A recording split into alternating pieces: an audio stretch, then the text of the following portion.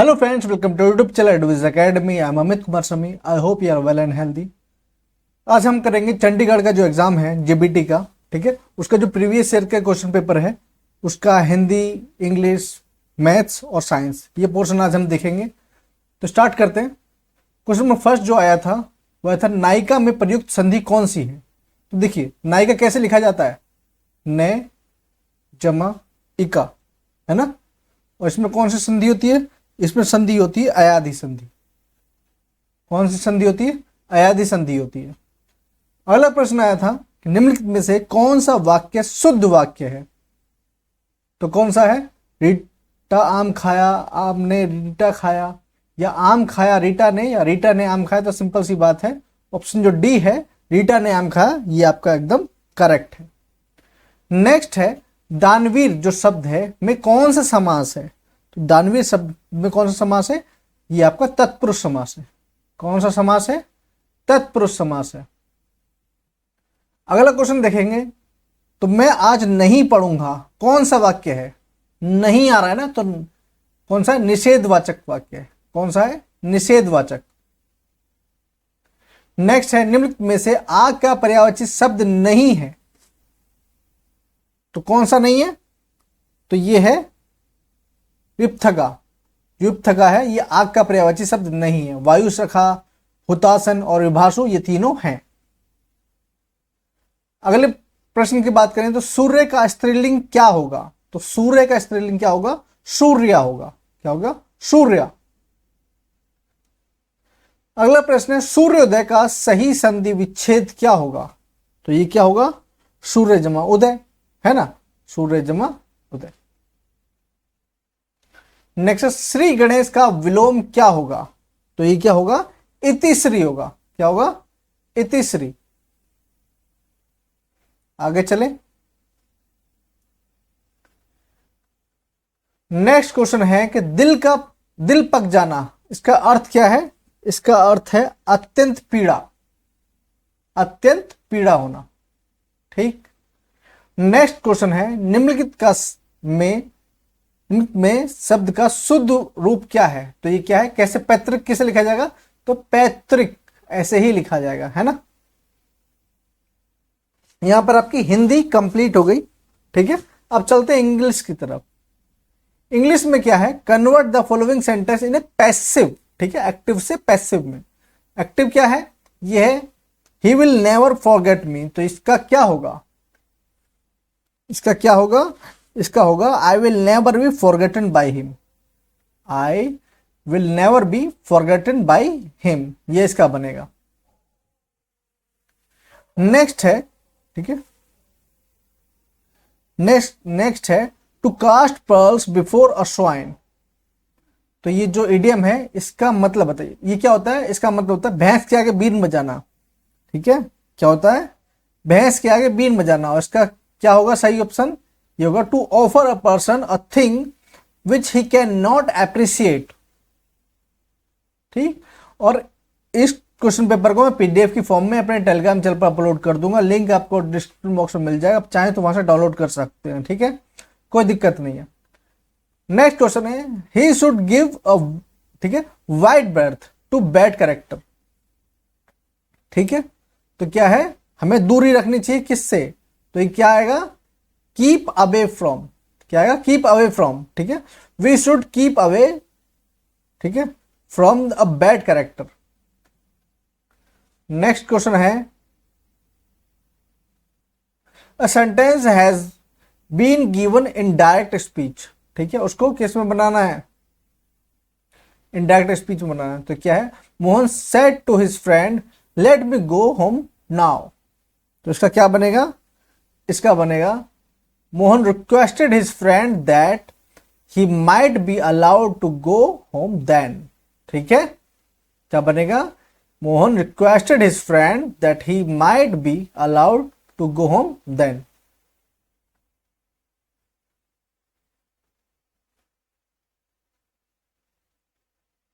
Next है rearrange the part of the following sentence given below, ठीक है, which is labelled PQRS। ये है, तो क्या बनेगा,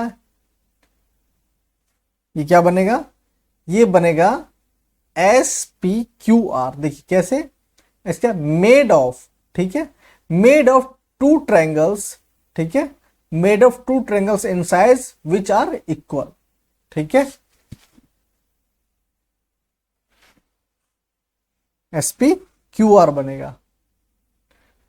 नेक्स्ट क्वेश्चन देखें तो ये है, choose the word which is nearest in meaning to be underlined part of the sentence which is given below. A great statement is actuated by love in his country. तो ये क्या होगा, ये हो गया अनिवार्य। तो इसका मतलब क्या होगा, इसके लिए क्या होगा सही, ये होगा इम्पेल्ड।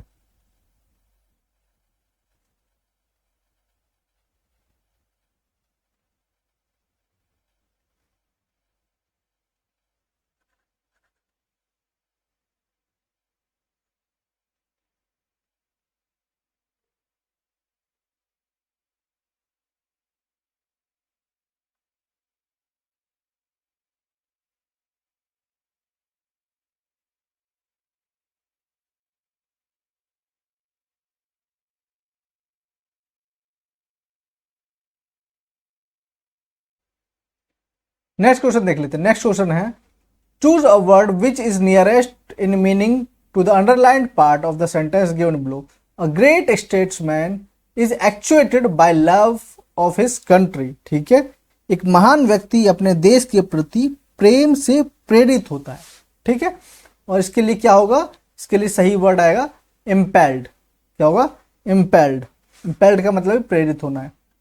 नेक्स्ट है, fill in the blanks in the following sentence which is most appropriate word। ठीक है, several of our players were injured so our losing the match is almost, ठीक है, inevitable। क्या होगा, inevitable। ये क्या होगा, अनिवार्य।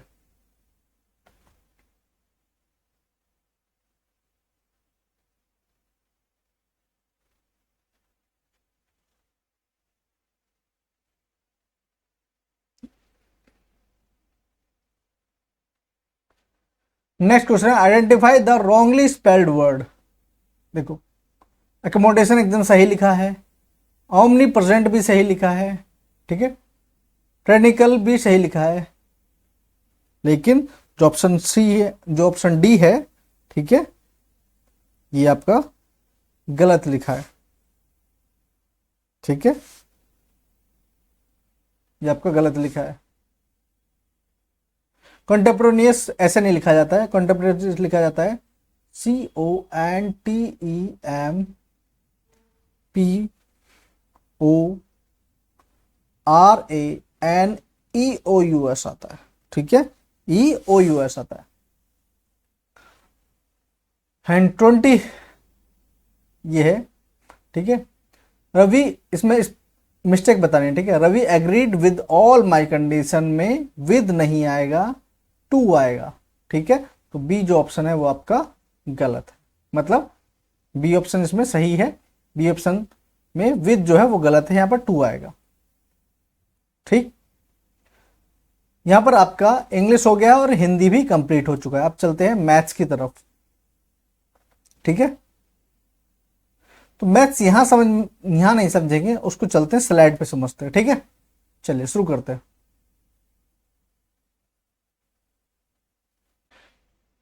देखिए, हम क्वेश्चन नंबर 21 पे है, मैथ्स हमने स्टार्ट कर दिया है। तो मैथ्स में देखेंगे हम, for any positive integer n cube minus n is, ठीक है, किसी धनात्मक पूर्णांक n के लिए n क्यूब माइनस n जो भी कंडीशन बनेगी वो किससे डिविजिबल होगी, हमेशा किससे डिविजिबल होगी। हमें कंडीशन दे रखी है कि n क्यूब माइनस n, ये दे रखी है।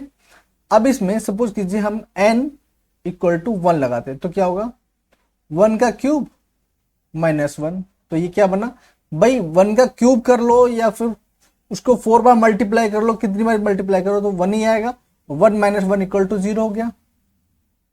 अगर हम 2 लेते हैं, n इक्वल टू 2 लेते हैं, तो क्या होगा, 2 का क्यूब माइनस 2, क्योंकि n का क्यूब माइनस n है। तो 2 का क्यूब माइनस 2 क्या होगा, 2 दिन 4 दूनी 8, 2 का कितना है 6। 3, 3 का cube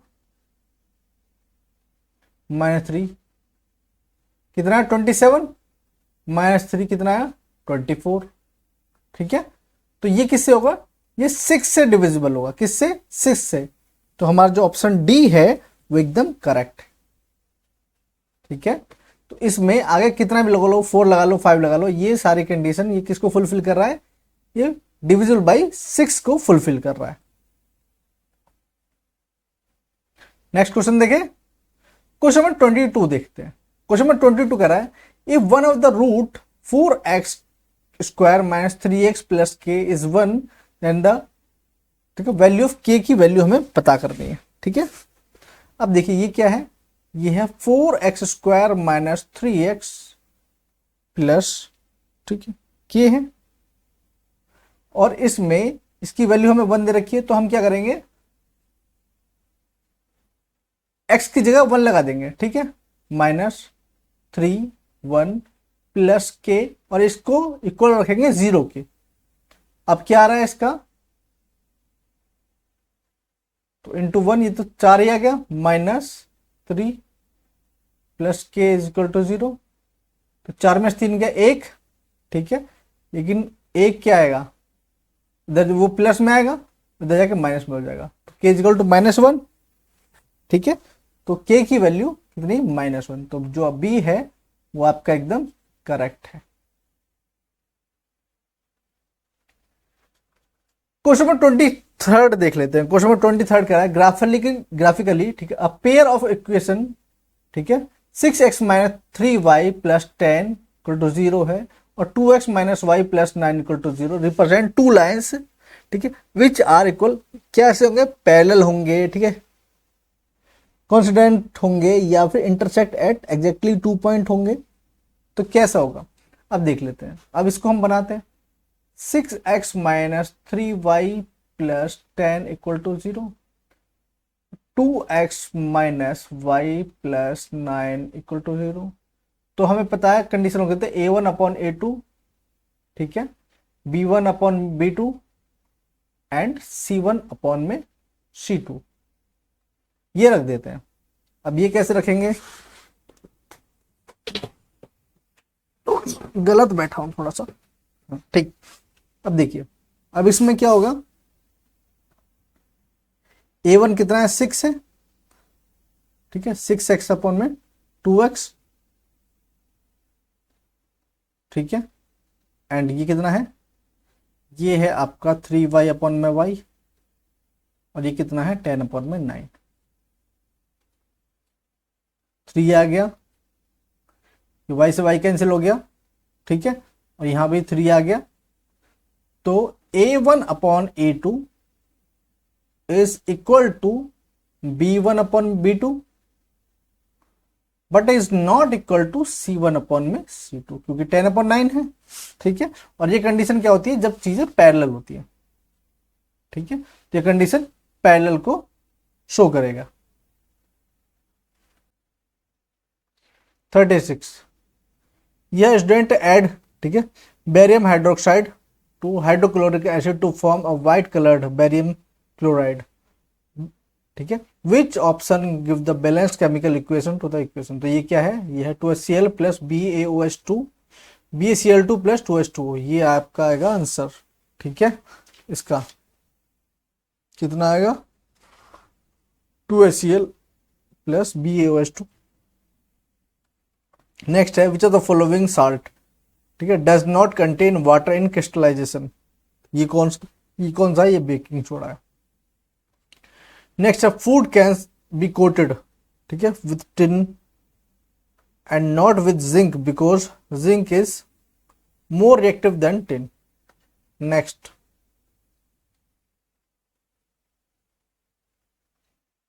which of the following element has 2 shells, ठीक है, 2 सेल्स किसकी होती हैं,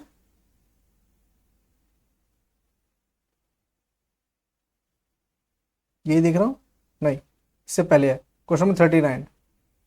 तो ये बोला है which of the following belong the homogeneous, ठीक है, होमोलोगस सीरीज ऑफ अल्कलाइन। तो अल्कलाइन क्या होता है, इसमें होता है, इसमें तो आएगा आपका C3H4, ठीक है।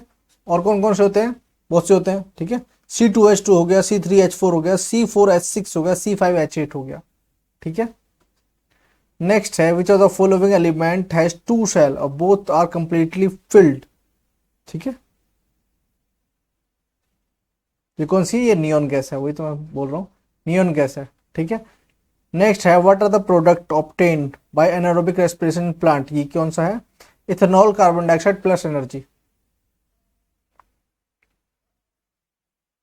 नेक्स्ट है the gap between two neuron is called, क्या बोलते हैं, सिनेप्स बोलते हैं, क्या बोलते हैं, सिनेप्स बोलते हैं।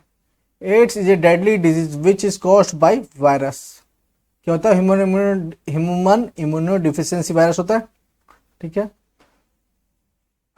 ये है from the list of given below select the character which can be acquired but not inherited, ये क्या है, ये है आपका है साइज ऑफ बॉडी, क्या है, साइज ऑफ बॉडी।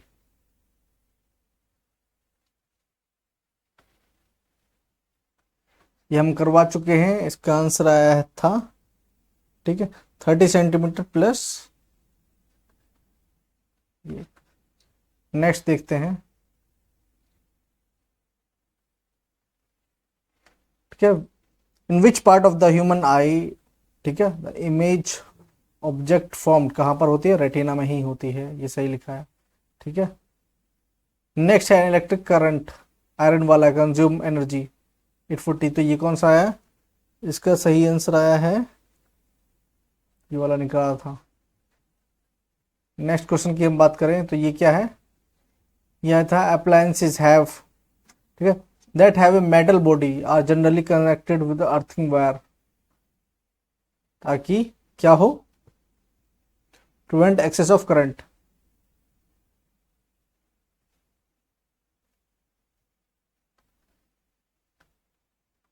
नेक्स्ट है किचन वेस्ट कैन बी, ठीक है, हाइजीनिकली डिपोज्ड कंपोजिटिंग, ठीक है,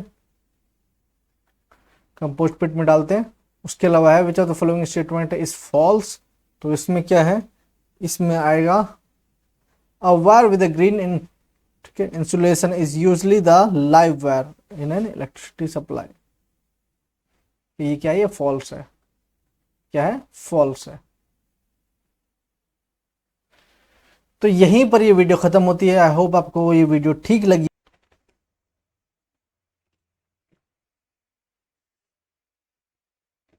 क्वेश्चन नंबर 30 देखो, क्वेश्चन नंबर 30 है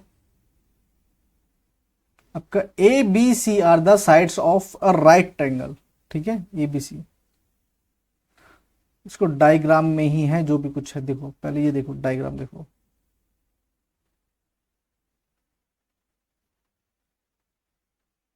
ठीक है।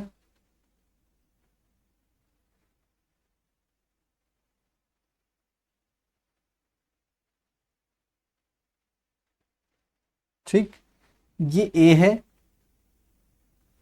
ये बी है,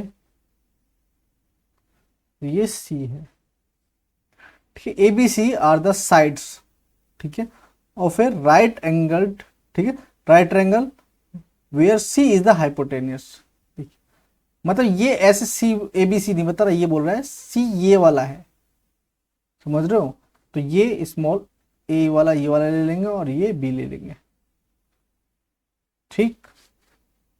अभी बोल रहा है then a radius R of a circle touch inside वाला जो है, इसके अंदर एक सर्कल है, इसके अंदर सर्कल है जो तीनों को टच कर रहा है, मतलब तीनों साइड को टच कर रहा है, तो ये आर है, ये भी आर है जी, ये भी आर है, ठीक, ये सेंटर है। अब देखो जब ये आर है, समझ रहे हो, तो ये इसकी इक्वल है, तो ये जो पोर्शन होगा ये तो आर होगा, और यहां से ये क्या है, ये हम लेंगे डी ई और एफ, बहुत ध्यान से समझना, अगर थोड़ा सा भी कंफ्यूज हो गया तो फिर दिक्कत हो जाएगी। ठीक है, देखिए ये आर है, ठीक है, ये आर है, ये आर है, ये डी है, ये ई है, ये एफ है। अब देखो ये अगर आर है, अब देखिए यहां से टेंजेंट ड्रॉ करा है तो ये क्या होगा, ए ई जो है वो ए एफ के इक्वल होगी, ए ई ए एफ के इक्वल होगी। ठीक है, तो ये क्या होगा, अगर ये आर है तो ये कितना होगा, यहां से यहां तक ए ई कितना होगा, बी माइनस आर होगा। और जब ये बी माइनस आर है तो ये भी बी माइनस आर होगा। और देखो यहां पर भी टेंजेंट है क्योंकि ये तीनों में ड्रॉ हो रहा है ना। ये कितना है, ये है आपका ए माइनस आर। ठीक है, ये वाला ये पूरा ए है और ये आर है तो ये कितना होगा, ये ए माइनस आर होगा। और ये ए माइनस आर है तो ये भी ए माइनस आर होगा। बस ध्यान ये चीज समझ लो। ठीक है, क्योंकि डायग्राम ऐसा ही बना है इसलिए थोड़ा सा कंफ्यूजन है, यहां लिख देता हूं फिर भी। देखो जो ए एफ है, ए एफ है वो कितना होगा, बी माइनस आर होगा। ठीक है, क्योंकि ये दोनों इक्वल है। ए ई ये भी कितना होगा, बी माइनस आर होगा। भाई ए ई और ए एफ ये दोनों बी माइनस आर होंगे। ठीक है, और इधर बी डी, बी डी, ठीक है, ये होगा ए माइनस आर।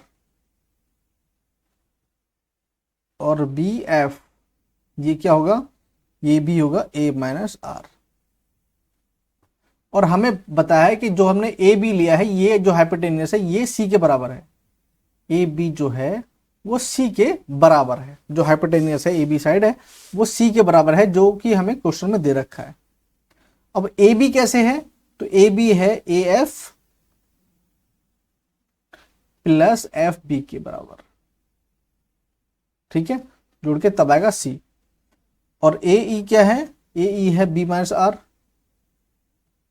ठीक है, ए एफ क्या है, बी माइनस आर है, sorry B minus R A F है, प्लस एफ बी क्या है, एफ बी ये ए माइनस आर है, और दोनों मिला के सी है ना। तो अगर जोड़ेंगे तो देखो ये क्या है, ये तो हो गया B plus A minus 2r equal to C, और B plus A minus C is equal to, ये इधर आ जाएगा और ये इधर जाएगा 2r। और अगर r हम निकालेंगे तो ये कितना आ जाएगा, ये इधर आ जाएगा, तो a plus B minus C upon में 2, ये आ गया आपका r। तो यही बताना है r कितना है, a plus B minus C upon में 2, a plus B minus C upon में 2, ये आ गया आपका एकदम आंसर।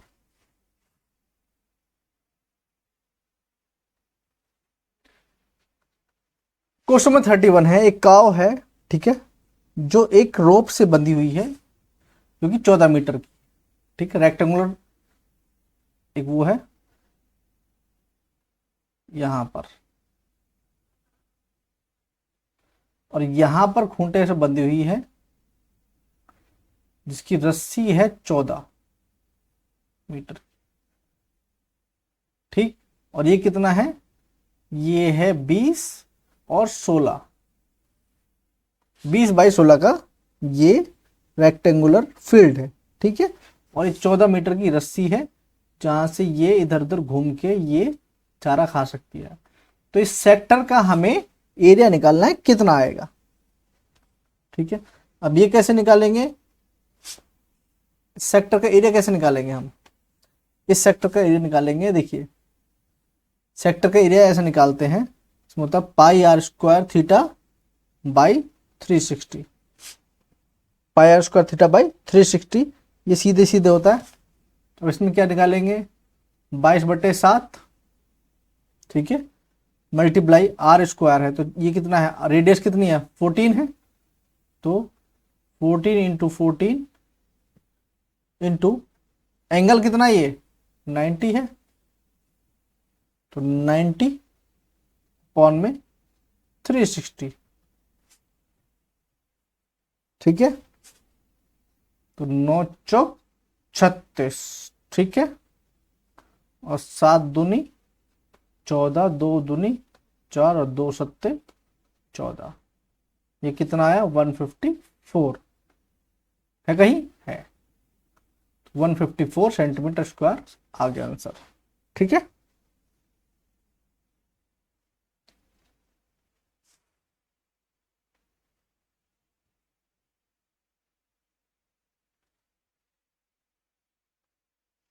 चले आगे, चलो। नेक्स्ट क्वेश्चन है to draw a pair of tangent of a circle to inclined. अब देखो ये कोई भी है, जैसे अभी मैंने बताया था टेंजेंट पे, ये कोई भी एक सर्कल है, यहां से दो टेंजेंट ड्रॉ किए जा रहे हैं, ठीक है, जो टच कर रहे हैं, ये है और ये है।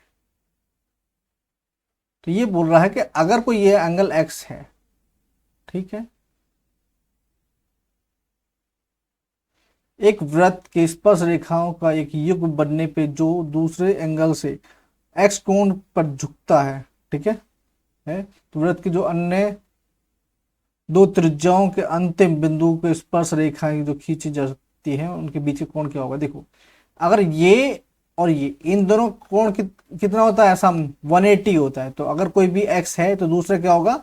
180 माइनस एक्स होगा। सिंपल सी बात है, इसमें कुछ भी कहने वाली बात है नहीं। नेक्स्ट है एक मेडिसिन कैप्सूल है, ठीक है, यहां पर थोड़ा सा देखने वाली बात है। इसमें कैलकुलेशन आपको खुद करनी पड़ेगी भाई, आराम से करना, क्योंकि कैलकुलेशन का खेल है इसमें और कुछ नहीं है। समझ लो, उसके बाद करते रहना वरना वीडियो बहुत लंबी हो जाएगी इसमें, ठीक। देखो ये है 0.25, ठीक है, हेमिस्फीयर है ना।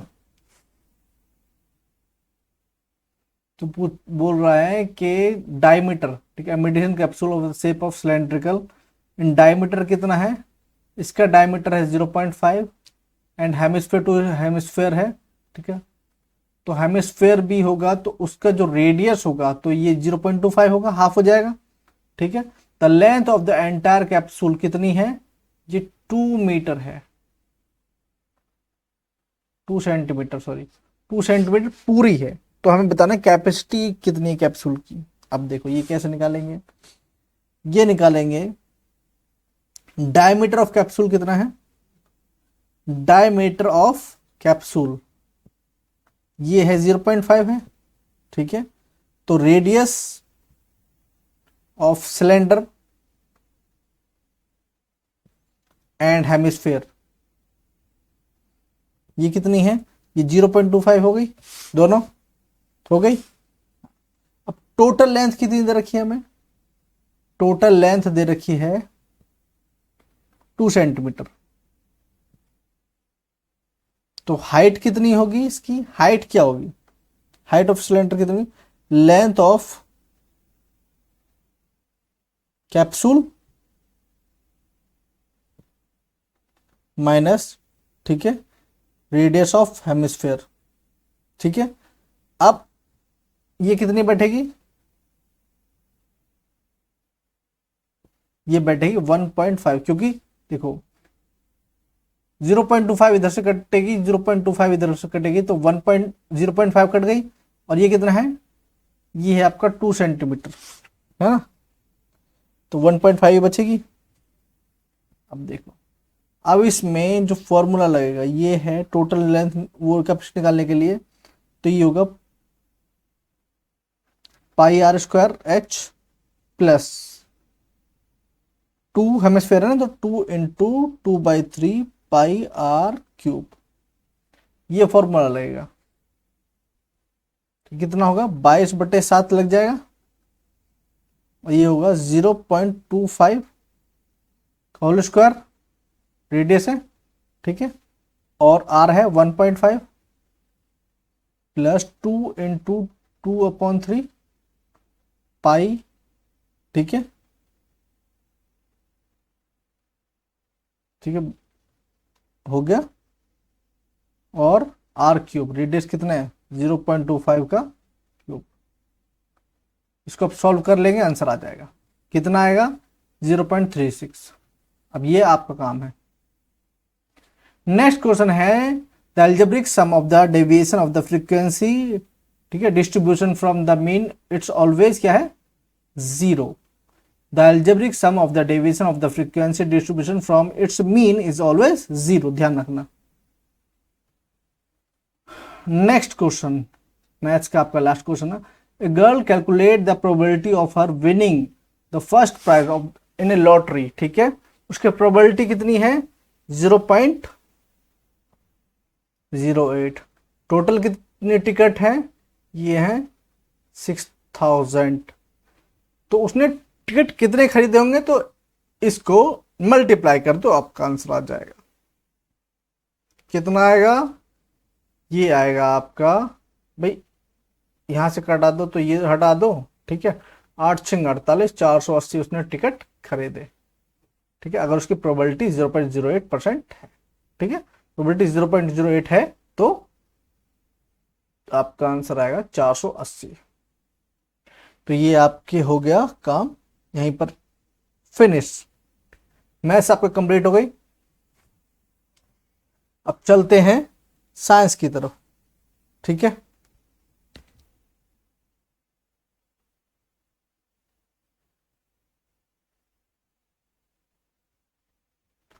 क्वेश्चन नंबर 45 देख लीजिए। क्वेश्चन नंबर 45 है a concave lens has focal length 15 centimetre, ठीक है, at what distance should the object from the lens is placed if it form image of 10 centimetre from the lens, ठीक है, what the magnification. तो देखिए यहां पर focal length कितनी है, एफ कितनी है, फोकल लेंथ कितनी है, ये आपकी -15, ठीक है। आपकी इमेज डिस्टेंस कितनी है,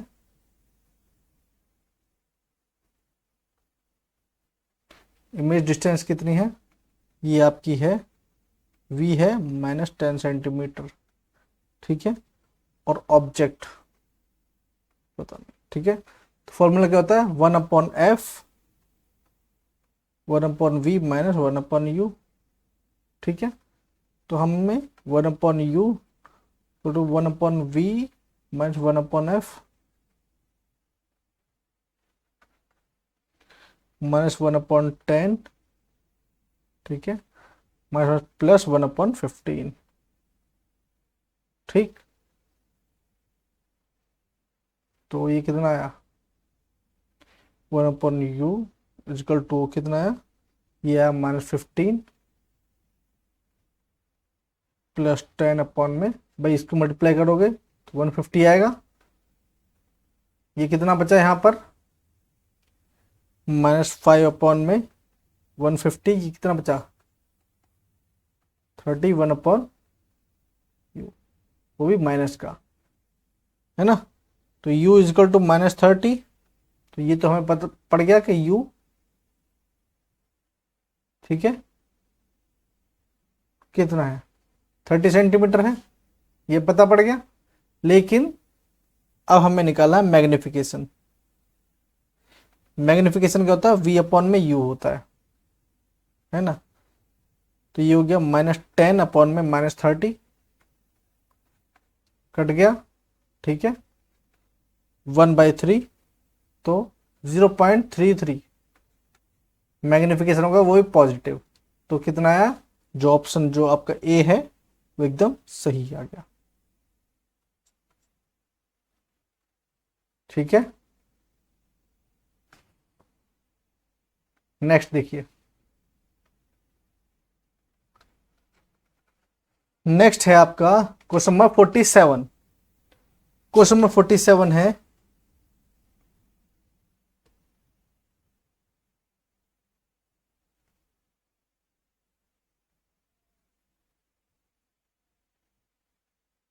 पावर कितनी दे रखी है, करंट है, द एनर्जी है द रेट ऑफ इतने वोल्ट, मैक्सिमम रेट वोल्ट, ये रहा रेजिस्टेंस, ठीक है।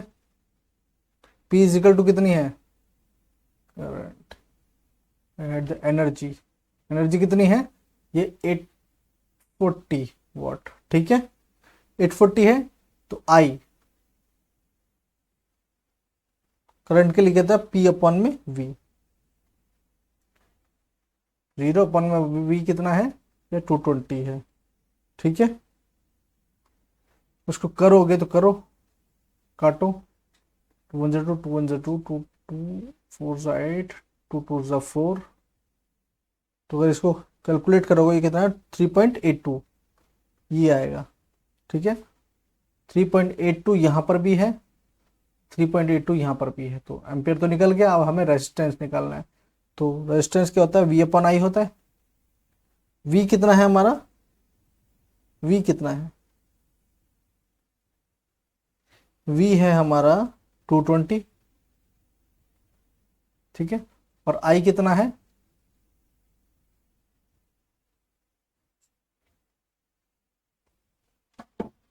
I को हम ऐसे ही रख लेंगे इसको। ठीक है, हम 3.82 भी रखते हैं, लेकिन हम इसको रखेंगे, हम इसको रखेंगे 11, हम इसको रखेंगे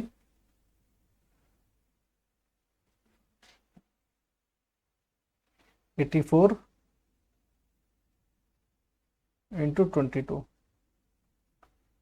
ठीक है, ये रखेंगे हम इसको। ठीक, तो इसको कैलकुलेट करोगे तो क्या आएगा, 5 ये आएगा आपका।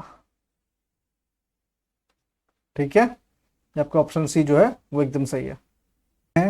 Sign theta plus cos theta is equal to √3।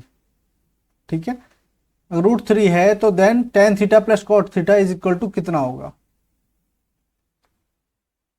इसको कर लेते हैं, इसको देख लेते हैं। देखिए इसमें क्या होगा, हमें बोल रखा है sine theta plus cos theta is equal to √3 है, तो स्क्वायरिंग बोथ साइड करेंगे, स्क्वायरिंग ऑन बोथ साइड, तो sine theta plus cos theta का whole square is equal to √3 का होल स्क्वायर क्या होगा, तो ये sine square theta plus cos square theta plus 2 sine theta cos theta is equal to 3, यही हो गया। और sine square theta plus cos square theta क्या होता है, ये होता है 1 plus 2 sine theta cos theta is equal to 3।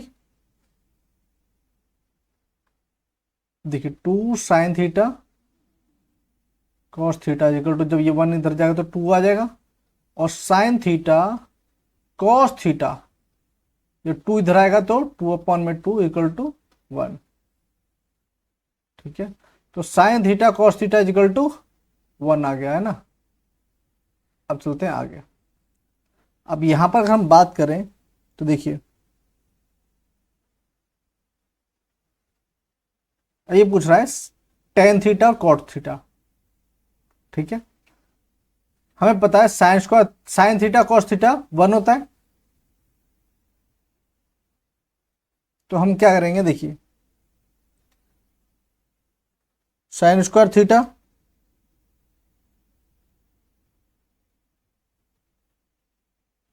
देखिए टेन को क्या लिख सकते हैं हम, टेन को लिख सकते हैं sine upon cos, sine theta upon cos theta plus cos theta upon में साइन थीटा लिख सकते हैं। अब देखिए ये कॉस थीटा साइन थीटा आएगा, और यहां पर कॉस है तो sine square theta plus sine sine है तो cos square theta, cos square theta, sine square theta plus cos square theta 1 होता है, और साइन थीटा कॉस थीटा भी हमने अभी वैल्यू निकाली है, ये क्या होता है, ये क्या है 1, 1 अपॉन 1 इक्वल टू 1, आंसर आया 1। ठीक है, तो इसकी जो इसका आंसर आएगा वो 1 आएगा। नेक्स्ट क्वेश्चन है, एक ऑब्जर्वर है, ठीक है, हाइट एंड डिस्टेंस का सवाल है। आपके जितने भी क्वेश्चन है सब 10th में से दिए हैं। एक ऑब्जर्वर है यहां पर, ठीक है, और ये एक टावर को देख रहा है या बिल्डिंग को देख रहा, टावर को देख रहा है, ठीक है। अब इसकी जो हाइट है इसकी है 1.5 मीटर, ठीक है, और टावर की हाइट है 22 मीटर, और इसकी जो डिस्टेंस है ये 20.5 सेंटीमीटर, 20.5 मीटर है। तो जैसे होता है यहाँ भी होगी, तो जहाँ ये आई जो है इसकी आई से ये डिस्टेंस भी तो उतनी होगी, तो 20.5। और देखिए यहाँ से गौर से देखोगे तो इसकी इतनी डिस्टेंस हट जाएगी, हट जाएगी, तो ये कितना बचा, ये 1.5 है, 22 में से 1.5 घटाओगे तो ये कितना बचा, जो ये मेन है ये भी 20.5 ही बचा। और हमें बताना है द एंगल ऑफ एलिवेशन, ठीक है, ये बताना है ये कितना है। तो परपेंडिकुलर अपॉन बेस, ठीक है, परपेंडिकुलर अपॉन बेस ये क्या होता है, ये 10 होता है। अब देखिए 20.5 अपॉन में 20.5 ये हुआ 1, और 10 की वैल्यू 1 कब होती है, 1045 पे होती है। कहानी खत्म, हो गया काम, ठीक है।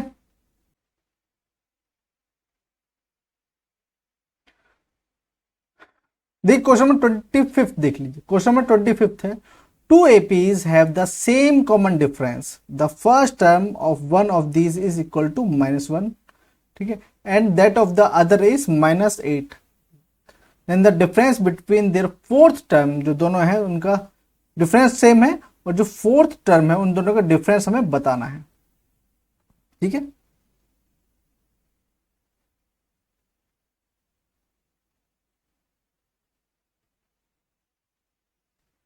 अब ये क्या है, देखिए इसमें nth टर्म निकालने का फॉर्मूला क्या होता है, ये होता है a plus n minus 1 into D, ये होता है। अब देखिए तो अकॉर्डिंग टू क्वेश्चन हम कैसे निकालेंगे, पहला क्या है, -1 है, प्लस फोर्थ टर्म है ना, फोर्थ टर्म निकालनी है nth टर्म में, तो फोर्थ है 4 माइनस 1 इंटू डी, और माइनस दूसरा क्या है, -8 है,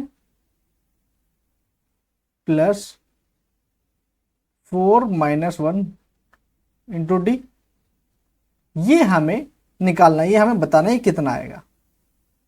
अब देखिए ये तो -1 ही हो गया, और 4 में से गया 3 तो प्लस 3D, ठीक है, माइनस ये कितना है, ये है आपका -8, और यहां पर कितना आएगा, प्लस 3D, ये हो गया।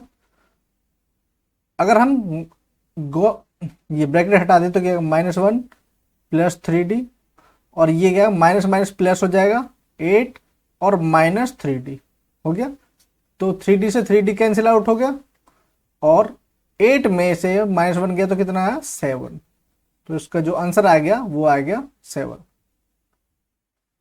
ठीक है, आपका आंसर आ गया 7। चले आगे, चलिए नेक्स्ट है,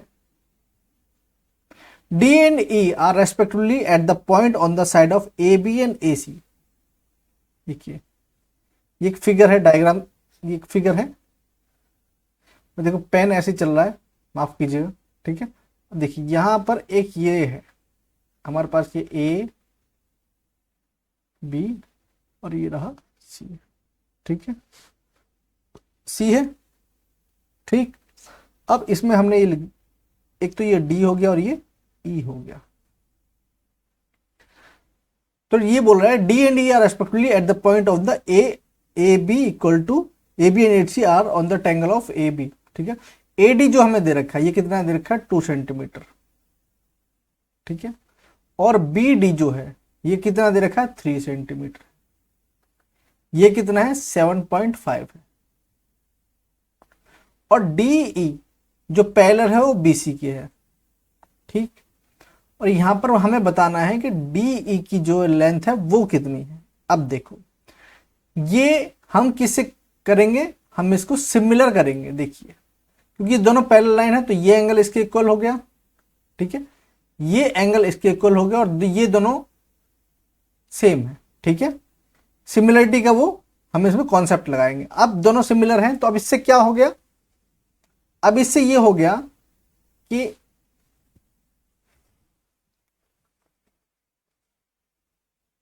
AD, देखिए यहां पर लिखते हैं, हमें पता है AD कितना है 2 सेंटीमीटर है और DB कितना है 3 सेंटीमीटर है, तो AB कितना हो जाएगा 3 + 2 = 5 सेंटीमीटर हो जाएगा। हाँ जी, और क्योंकि ये सिमिलर है तो जाहिर सी बात है